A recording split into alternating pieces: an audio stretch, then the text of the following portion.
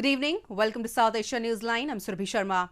Here are the top stories we are tracking for you on Wednesday, the 9th of October. India formally gets the first Rafale fighter jet in France.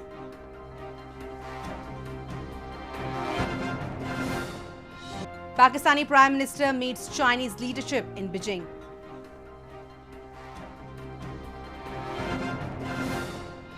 And Bangladesh lifts about 8 million people out of poverty in 7 years.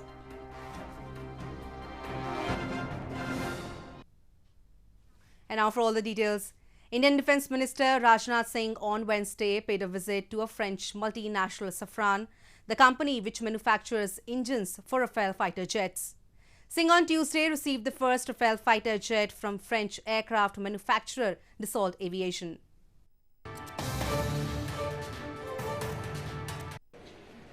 Indian Defence Minister Rajnath Singh on Wednesday paid a visit to a French multinational Safran, the company which manufactures engines for Rafale fighter jets near French capital. Safran, which supplies a number of key systems and equipment for the Rafale jets acquired by India, gave a presentation of its facility to Singh, who took a tour of the assembly line of the company. Singh on Tuesday received the first Rafale fighter jet during a ceremony at the factory of French aircraft manufacturer Dassault Aviation in Mérignac. Rafale is a twin-jet fighter aircraft that operates from both an aircraft carrier and airbase. Singh blessed the jet by making the Hindu Om symbol and performed traditional Shastra Puja or weapons worship prayers.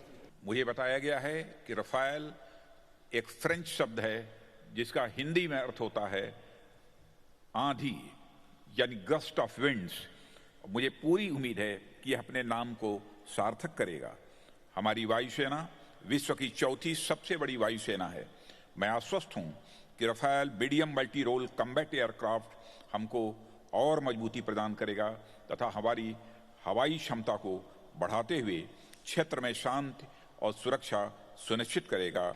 Well, we will start to deliver every new aircraft every 1 month in the coming 2-3 years. India has ordered 36 Rafale fighter jets from France in a deal worth over $8 billion in September 2016. The first batch of 4 Rafale jets will fly to their home base in India by May 2020, and all 36 jets are expected to arrive in India by September 2022. Chinese President Xi Jinping will visit India on October 11th for an informal summit with Indian Prime Minister Narendra Modi. The meeting is aimed at enhancing the rapport formed by the two leaders when they met in the Chinese city of Wuhan last year to bolster bilateral ties.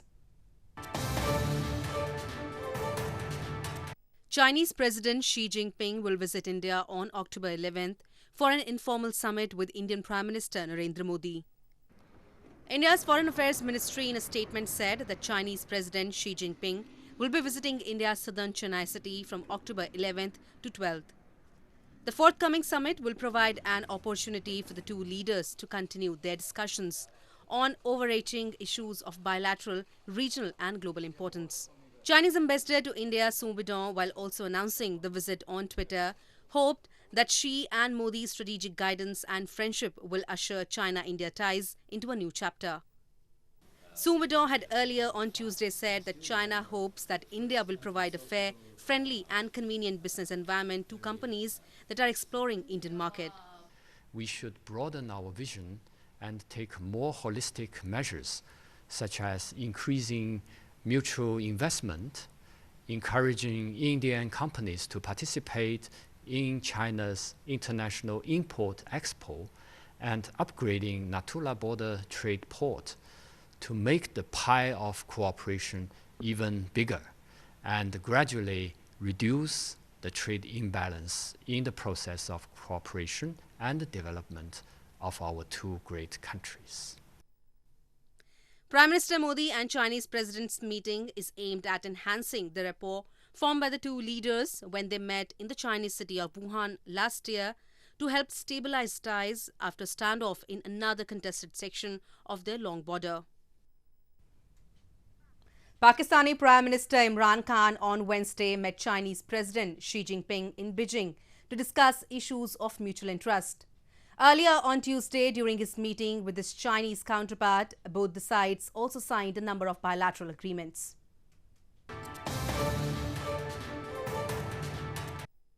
Pakistani Prime Minister Imran Khan on Wednesday met Chinese President Xi Jinping in Beijing to discuss bilateral relations, regional situation, and other issues of mutual interest. During the meeting, Khan thanked the Chinese leader for his country's unconditional support to Pakistan and appreciated the Chinese efforts under the multi-billion China-Pakistan Economic Corridor or CPEC framework, local media reported. Earlier on Tuesday, PM Khan had also held bilateral talks with his Chinese counterpart, Li Keqiang. During the meeting, Pakistan and China both agreed to strengthen socio-economic ties along with signing of a number of agreements. Khan during the talks asserted that the second phase of the CPEC project will be instrumental in reinforcing and consolidating Pakistan's economic development and pave the way for enhanced Chinese investments in Pakistan. Bangladesh has progressed significantly in reducing poverty and improving living conditions, says a World Bank report released this week. Between 2010 to 2016, about 8 million Bangladeshis exited poverty. Bangladesh has lifted about 8 million people out of poverty over the past 7 years, according to a World Bank report. The report titled Bangladesh Poverty Assessment says that Bangladesh has progressed significantly in reducing poverty and improving living conditions, mostly driven by labor income. Bangladeshi Finance Minister AHM Mustafa Kamal was the chief guest at the report launching event held in Dhaka earlier this week, where policy makers, civil society, private sector and media representatives joined. The World Bank report states that rural areas accounted for about 90% of the poverty reduction in Bangladesh. However, there was little poverty reduction in urban areas. The report says that industry and services, not agriculture, mostly led poverty reduction in rural areas. In urban areas, manufacturing, in particular the garment sector, led to poverty reduction. Since the country is facing new and re-emerging frontiers of poverty reduction, that is urban poverty and a re-emerging east-west divide, the report advocates that by adopting traditional and fresh solutions, Bangladesh can reduce poverty faster. News from Sri Lanka. Sri Lanka's Wildlife Department has said that till September this year, 293 elephants and 96 people have been killed in the long-standing human-animal conflict in the country. Sri Lanka's Wildlife Department said on Tuesday that till September this year, 293 elephants and 96 people had been killed in the long-standing human-elephant conflict in the country. According to officials, the Wildlife Department, in collaboration with the government, is attempting to minimize the human-elephant conflict by putting up fences around elephant habitats to prevent them from entering human habitat. Killing wild animals in Sri Lanka is a punishable offence, but there have been regular reports of angry villagers poisoning or shooting them from destroying their crops. Last week, 7 elephants were found dead in the Habarana Forest Reserve in a suspected case of poisoning, prompting the government to launch an extensive probe. As per official records, there are about 200 domesticated elephants in the country, and the population of wild elephants is estimated at 7,500. Sakhi one-stop centers have emerged as a ray of hope for women in distress in India's Jammu and Kashmir. The centers set up by the Indian government provide assistance in the form of counseling, legal aid, medical assistance and emergency shelter, all under one roof. Sakhi one-stop centers are emerging as the go-to centers for women in distress in India's Jammu and Kashmir. Football has increased at the Sakhi Center in Srinagar city, which is functioning along with women's toll-free helpline 181 to provide assistance in the form of psychosocial counseling, legal aid, medical assistance and emergency shelter, all under one roof. Any woman in an adverse situation or someone on her behalf can seek help from the Sakhi Center by dialing 181. The centre also supports rehabilitation through skill training. Calls जब भी आती है किसी भी distressed women की, वो जाती है 181 पे. फिर 181 पे ये देखा जाता है कि does this case need counselling, does it need legal help, या किसी केस में इमरजेंसी होती है तो पुलिस प्रोटेक्शन या रेस्क्यू करवाना पड़ता है, या मेडिकल अटेंशन की ज़रूरत पड़ती है, इमीडिएटली MLC करवाना पड़ता है. ऐसे भी कुछ केसेस आते हैं, बहुत सारे cases in fact.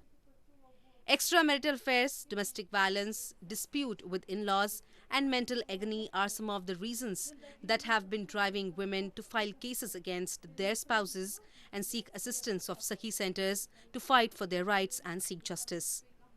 They are not subjected to further trauma by being referred to pillar to post and are rather represented in front of all state service providers. People across India on Tuesday celebrated the Hindu festival of the Shara with traditional fervour.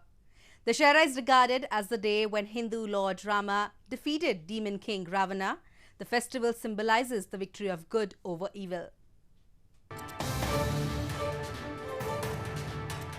People across India on Tuesday celebrated the Hindu festival of Dussehra with fervour and enthusiasm, while burning the effigies of mythological demon king Ravana. Indian Prime Minister Narendra Modi also attended an event in capital New Delhi, depicting the battle between Lord Rama and Ravana to secure the release of his wife from the demon king's captivity. The Prime Minister later shot an arrow at the effigy of Ravana. The battle between Lord Rama and Ravana ended in the demon king's defeat, celebrated as Dussehra, which marks the triumph of good over evil. शक्ति साधना करने वाला है देश, उस धरती पर हर मां बेटी का सम्मान, हर मां बेटी का गौरव, हर मां बेटी की गरिमा, इसका संकल्प भी ये शक्ति साधना के साथ हम लोगों की जिम्मेवारी बनता है, समाज के हर नागरिक की जिम्मेवारी बनता है. In northern Chandigarh city, a huge Ravana effigy of about 221 feet was also set on fire, which was reportedly the largest of all its kind in India. Hundreds of people were seen crowding around the gigantic effigy to enjoy the visual treat. According to reports, the unique effigy was made at a cost of rupees 30 lakh. Meanwhile, artists in spiritual city of Varanasi dressed as Hindu Lord Rama and his brother Lakshman celebrated the occasion as the effigy was burned. The festival also symbolizes the triumph of Hindu goddess Durga over the buffalo demon Mahishasur. The 9-day festival of Navratri culminates with Dussehra, which falls on the 10th day. Well, that's the way it was in South Asia this evening. Before we conclude, the top stories once again. India formally gets the first Rafale fighter jet in France.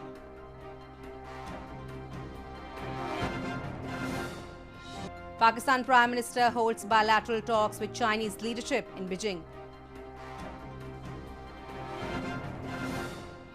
And Bangladesh lifts about 8 million people out of poverty in 7 years.